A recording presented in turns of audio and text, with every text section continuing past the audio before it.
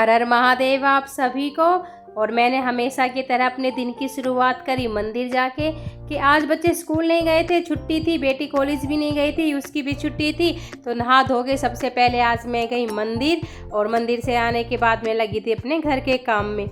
ये मंदिर से वापस आ रही थी मैं, सुबह सुबह का नज़ारा है, हल्के हल्के से बादल छाए हुए हैं, बड़ा अच्छा मौसम था आज सुबह हमारे यहाँ पर।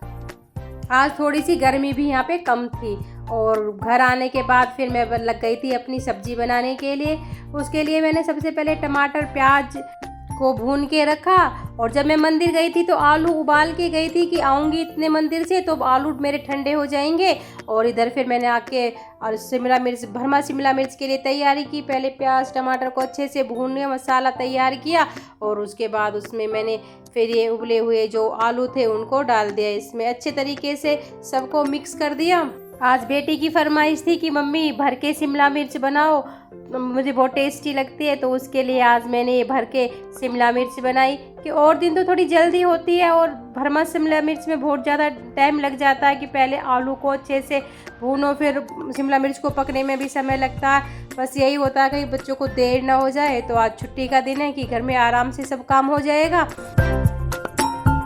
इसलिए छुट्टी वाले दिन मैंने भर के शिमला मिर्च बनाई। और पहले तो आलू की सब्जी सी पूरी बना के रख ली थी मैंने, और फिर इसको इस तरीके से शिमला मिर्च में भर के सबको इकट्ठा किया। पहले तो सब जितनी शिमला मिर्च मेरे पास थी मैंने सब में भर लिया, 5-6 शिमला मिर्च थी।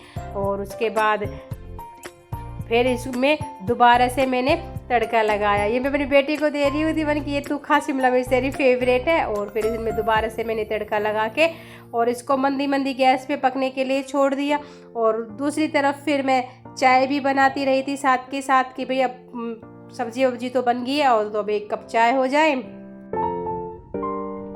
और इधर इस तरीके से ये बनती रही, और फिर मैंने चाय पी, और उसके बाद घर में सबको खाना बना के खिलाया। और उसके बाद फिर मैंने भी नाश्ता किया। और फिर आज छुट्टी थी और बहुत सारा ज़्यादा काम भी करना पड़ा आज मुझे, कि आज मैंने बेड की चादर भी बदल दी थी।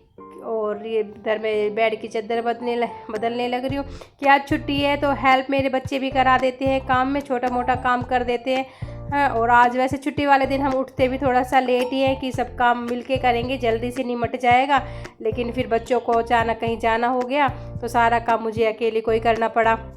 चादर बदलने के बाद फिर मैंने सोफ़े की सफाई की। कल बेटे ने बैग सोफ़े पे ही रख दिया था, रात को पढ़ाई की होंगी, बुक वगैरह सब यहीं फैली हुई है, और सोफ़े पे अच्छे से झाड़ दिया था।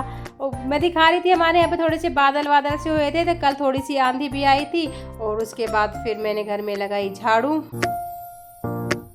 अच्छे से झाड़ू लगा दी थी कि रेत वेत सा हो रहा था, किरकिराहट सी पैरों में ज़्यादा हो रही थी। आज सफाई करने में बहुत ज़्यादा मेहनत लगी थी कि कल थोड़ी सी आंधी सी आ गई थी ना, तो सारे में रेत वगैरह हो गया, सारे घर के अच्छे से डस्टिंग की। अब तो भाई आंधी आती है ही इन दिनों में, तो आंधी बारिश आ जाए तो अच्छा, आंधी ना आए तो बहुत अच्छा है। और सारे घर में झाड़ू लगाने के बाद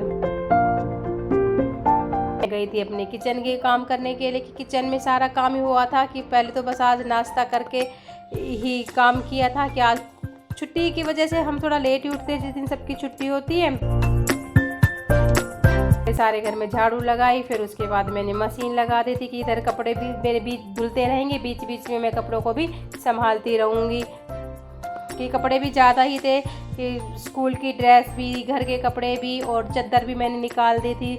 2 बेडों के तो कम से कम चादर आज मैंने बदली है, और 2-3 बेड जो एक्स्ट्रा है उनकी तो मैं कल या परसों में बदलूँगी।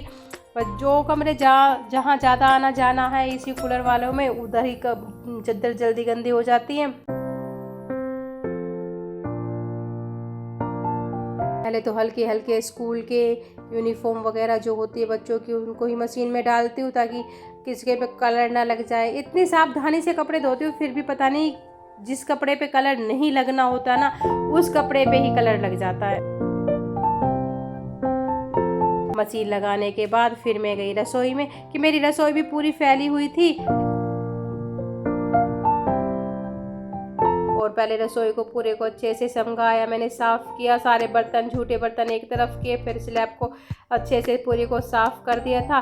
फिर बर्तनों को मांज धो के उनको जहाँ जहाँ जो बर्तन रखने होते सभी बर्तनों को उधर लगा दिया था।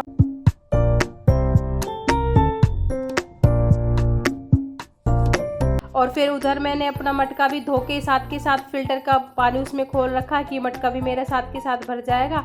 और हम फ्रिज का पानी गर्मियों में नहीं पीते, हम तो सिर्फ मटके का ही पानी पीते हैं। और मैंने उधर मटका भी अपना, उधर मेरा मटका दूसरी साइड में भरने लग रहा है। यहाँ पे मैं मटके को रख दूंगी इधर अपने को। मटके का पानी ठंडा रहता है, वैसे भी कहते फ्रीज से ज़्यादा अच्छा तो मटके का पानी होता है। और मैंने इस मटके को भर के रख दिया। बच्चे भी मटके का ही पानी पीते हैं।